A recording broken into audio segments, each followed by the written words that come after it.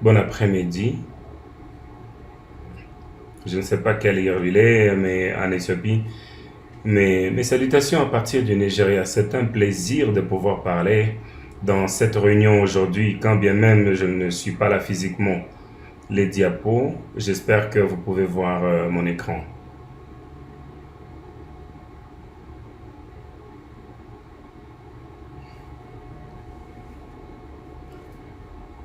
Je vais parler des UICC et le rôle qu'ils jouent dans l'élimination de cancer de col de l'utérus.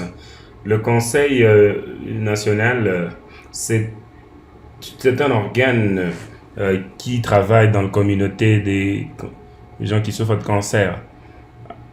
Entre 1200 pays, 172 pays, c'est pratiquement l'une des organisations la plus grande des questions de cancer. C'est une initiative qui travaille pour baisser la charge mondiale de cancer dans la conscientisation. Euh, le- Aujourd'hui, nous allons parler du rôle des UICC pour, comme le président l'a mentionné au début, l'action à l'appel a été mise en place par l'OMS et, euh, et l'Union nationale de contrôle des cancers avec différents d'autres organes. J'aimerais mentionner ici que le Nigeria a été le seul pays souverain qui s'est retrouvé dans cet appel pour les actions avant que cela n'a été déclaré dans d'autres États pour l'élimination suivante.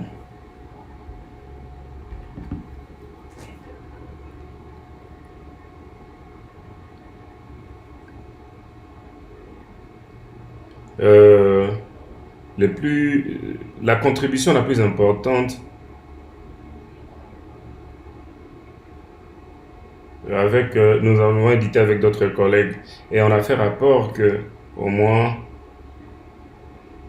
ça nous donne un aperçu général sur l'état de cancer de col de l'utérus et comment est-ce que nous pouvons travailler avec les objectifs pour l'élimination pour atteindre les objectifs de l'OMS. En effet, le cancer de col de l'utérus peut être traité si vous le diagnostiquez à l'heure. Vous pouvez être en mesure, avec les vaccins, vous pouvez être en mesure d'atteindre un niveau, pas totalement l'éliminer, mais vous pouvez améliorer parce que nous voyons présentement dans nos pays, surtout en Afrique. Et ce rapport a donné au moins 4 recommandations clés qui sont sur l'écran maintenant. Avec ces recommandations, nous incluons les services de cancer de col de l'utérus au dépistage, au traitement et à la vaccination par rapport au paquet universel de santé universelle. Ce n'est pas tous les pays qui ont été en mesure d'adopter ce paquet et c'est décentralisé. Et chaque État doit avoir son propre programme et son propre processus.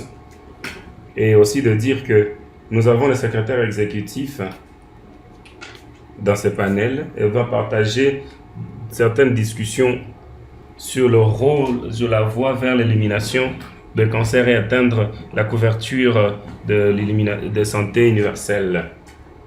Nous, nous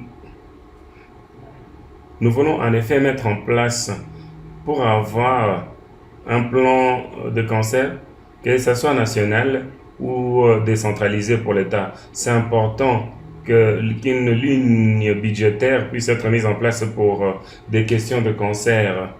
Et c'est quelque chose que nous savons que nous pouvons éliminer pour mettre en place une ligne budgétaire pour être en mesure de monitorer, de vacciner.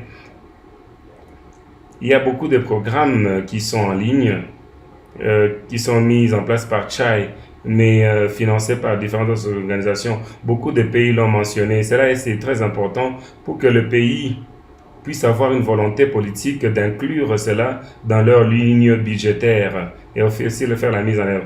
Ce qui est plus surprenant, c'est que le cancer de col de l'utérus, ce n'est pas une maladie qui tue, mais qui est aussi dangereuse. Mais j'aimerais voir l'une des recommandations dans cette réunion en Éthiopie. qui va pousser, qui va se rassurer que nous puissions inclure, avoir des données importantes pour voir le niveau de problème. Ensuite, donner des financements et prendre des étapes nécessaires pour sa soumission. Et l'autre élément dans cette présentation, c'est de prévoir la sanction. Ce rapport j'ai laissé le lien que vous pouvez accéder sur ligne et c'est facile à trouver. Et je crois que ça sera ma dernière page. L'équipe a travaillé avec le gouvernement national pour améliorer l'accès universel à la vaccination des HPV, surtout pour les jeunes filles adolescentes. Nous avons aussi mené un projet pilote. C'est aussi accessible et bien préparé, où vous allez rencontrer les jeunes filles et la facilité dont travaillant avec la communauté, les leaders traditionnels et religieux. L'expérience de ceci est que c'est beaucoup plein. Et le sentiment commun que nous avons et certains défis auxquels nous faisons face, même au niveau de la communauté. Je pense que c'est à cause de la manière dont nous avons mis cela en place. Cela fait une leçon pour tout le monde. Nous travaillons avec les PTA, nous travaillons avec les gardiens. Cela est très important, c'est-à-dire les leaders traditionnels, les leaders religieux, leur donner des informations nécessaires pour ce genre de vaccins. Cela pourra continuer, n'est-ce pas, et pouvoir niveler la propagation du vaccin. Nous devons aussi répondre aux besoins qui a été comme résultat de ce vaccin. Beaucoup de parents et des leaders traditionnels nous appellent pour me dire que vous avez et en même temps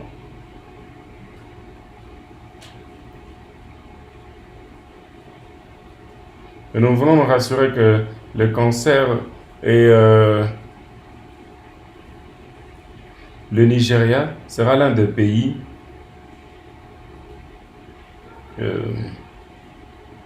nous serons en mesure de continuer dans la génération de demandes et estimer pour avoir beaucoup plus de filles. Et c'était ma dernière page.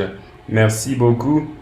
J'espère que cela va nous aider à avoir beaucoup plus d'aperçus sur comment est-ce que nous pouvons introduire chaque vaccin à travers le continent et avoir beaucoup plus de femmes et de filles dans cette matière. Merci, Monsieur le Président, à vous la parole.